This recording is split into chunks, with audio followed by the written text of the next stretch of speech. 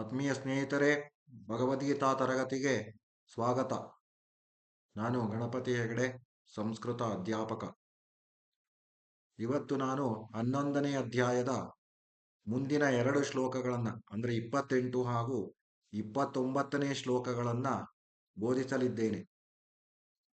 ಹಾಗಾದರೆ ತಡ ಯಾಕೆ, ಶುರು ಮಾಡೋಣ. ಓಂ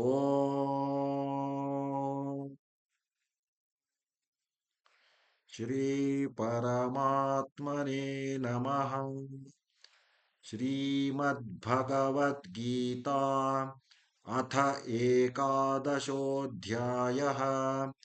विश्वरूपदर्शनयोगः। यथा नदीनां बहवोऽम्बुवेगाः समुद्रमेवाभिमुखा द्रवन्ति तथा तवामि नरलोकवीरा विशन्ति वक्त्राण्यभिविज्वलन्ति। यथा नदीनां बहवो अम्बुवेगाः समुद्रमेवाभिमुखा द्रवन्ति तथा तवामि नरलोकवीरा विशन्ति वक्त्राणि अभिविज्वलन्ति। यथा नदीनां बहवोऽम्बुवेगाः समुद्रमेवाभिमुखा द्रवन्ति तथा तवामि नरलोकवीरा विशन्ति वक्त्राण्यभिविज्वलन्ति। यथा नदीनां बहवोऽम्बुवेगाः समुद्रमेवाभिमुखा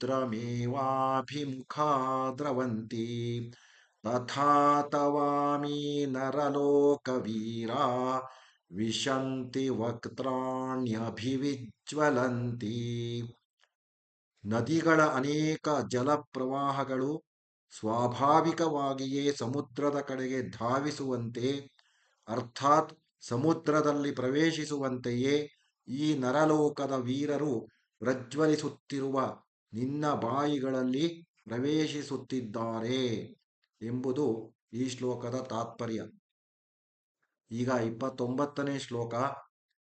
ಯಥಾ ಪ್ರದೀಪ್ತಂ ಜ್ವಲನಂ ಪತಂಗಾ ವಿಶಂತಿ ನಾಶಾಯ ಸಮೃದ್ಧ ವೇಗಾಃ ತಥೈವ ನಾಶಾಯ ವಿಶಂತಿ ಲೋಕಾಃ ತವಾಪಿ ವಕ್ತ್ರಾಣಿ ಸಮೃದ್ಧ ವೇಗಾಃ.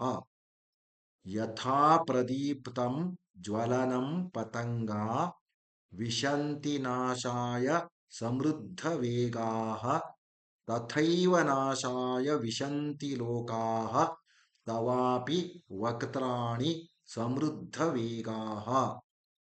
ಯಥಾ ಪ್ರದೀಪ್ತಂ ಜ್ವಲನಂ ಪತಂಗಾ ವಿಶಂತಿ ನಾಶಾಯ ಸಮೃದ್ಧ ವೇಗಾಃ ತಥೈವ ನಾಶಾಯ ವಿಶಂತಿ ಲೋಕಾಃ ತವಾಪಿ ವಕ್ತ್ರಾಣಿ ಸಮೃದ್ಧ ವೇಗಾಃ. ಯಥಾ ಪ್ರದೀಪ್ತಂ ಜ್ವಲನಂ ಪತಂಗಾ ವಿಶಂತಿ ನಾಶಾಯ ಸಮೃದ್ಧ ವೇಗಾಃ ತಥೈವ ನಾಶಾಯ ವಿಶಂತಿ ಲೋಕಾಃ ತವಾಪಿ ವಕ್ತ್ರಾಣಿ ಸಮೃದ್ಧ ವೇಗಾಃ. ಪತಂಗಗಳು ಮೋಹದಿಂದ ಸಾಯಲು ಉರಿಯುವ ಬೆಂಕಿಯಲ್ಲಿ ಅತಿವೇಗವಾಗಿ ಧಾವಿಸಿ ಬೀಳುವಂತೆಯೇ ಈ ಜನರೆಲ್ಲರೂ ಕೂಡ ತಮ್ಮ ನಾಶಕ್ಕಾಗಿ ನಿನ್ನ ಬಾಯಿಯೊಳಗೆ ಅತ್ಯಂತ ವೇಗದಿಂದ ಧಾವಿಸುತ್ತಾ ಪ್ರವೇಶಿಸುತ್ತಿದ್ದಾರೆ ಎಂಬುದು ಈ ಶ್ಲೋಕದ ತಾತ್ಪರ್ಯ. Now I will tell English meaning. ಯಥಾ ನದೀನಾಂ ಬಹವೋಂಬುವೇಗಾಃ ಸಮುದ್ರಮೇವಾಭಿಮುಖಾ ದ್ರವಂತಿ ತಥಾ ತವಾಮಿ ನರಲೋಕವೀರಾ ವಿಶಂತಿ ವಕ್ತ್ರಾಣ್ಯಭಿವಿಜ್ವಲಂತಿ. ಯಥಾ ನದೀನಾಂ ಬಹವೋಂಬುವೇಗಾಃ ಸಮುದ್ರಮೇವಾಭಿಮುಖಾ ದ್ರವಂತಿ ತಥಾ ತವಾಮಿ ನರಲೋಕವೀರಾ ವಿಶಂತಿ ವಕ್ತ್ರಾಣ್ಯಭಿವಿಜ್ವಲಂತಿ. यथा नदीनां बहवो अम्बुवेगाः समुद्रमेवा अभिमुखा द्रवन्ति तथा तवामि नरलोकवीराः विशन्ति वक्त्राणि अभिविज्वलन्ति.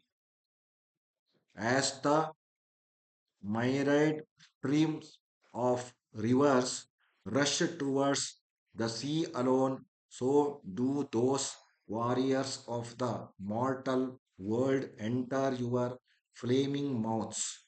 This is the meaning of 28th shloka. Now 29th shloka. यथा प्रदीप्तं ज्वलनं पतंगा विशन्ति नाशाय समृद्धवेगाः तथैव नाशाय विशन्ति लोकाः तवापि वक्त्राणि समृद्धवेगाः. यथा प्रदीप्तं ज्वलनं पतंगा विशन्ति नाशाय समृद्धवेगाः तथैव नाशाय विशन्ति लोकाः तवापि वक्त्राणि समृद्धवेगाः.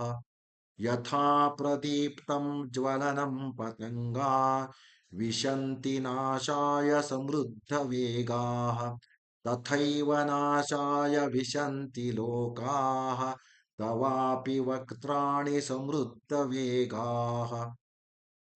As moths rush with great speed into the blazing fire for extinction out of moha, even so, all these people are with great rapidity entering your mouths to meet their doom. This is the meaning of 29th shloka. All of you go through my videos, watch every day, like, subscribe, and share my videos and encourage me every day. At least one sloka, Bhagavad Gita shloka you have to learn.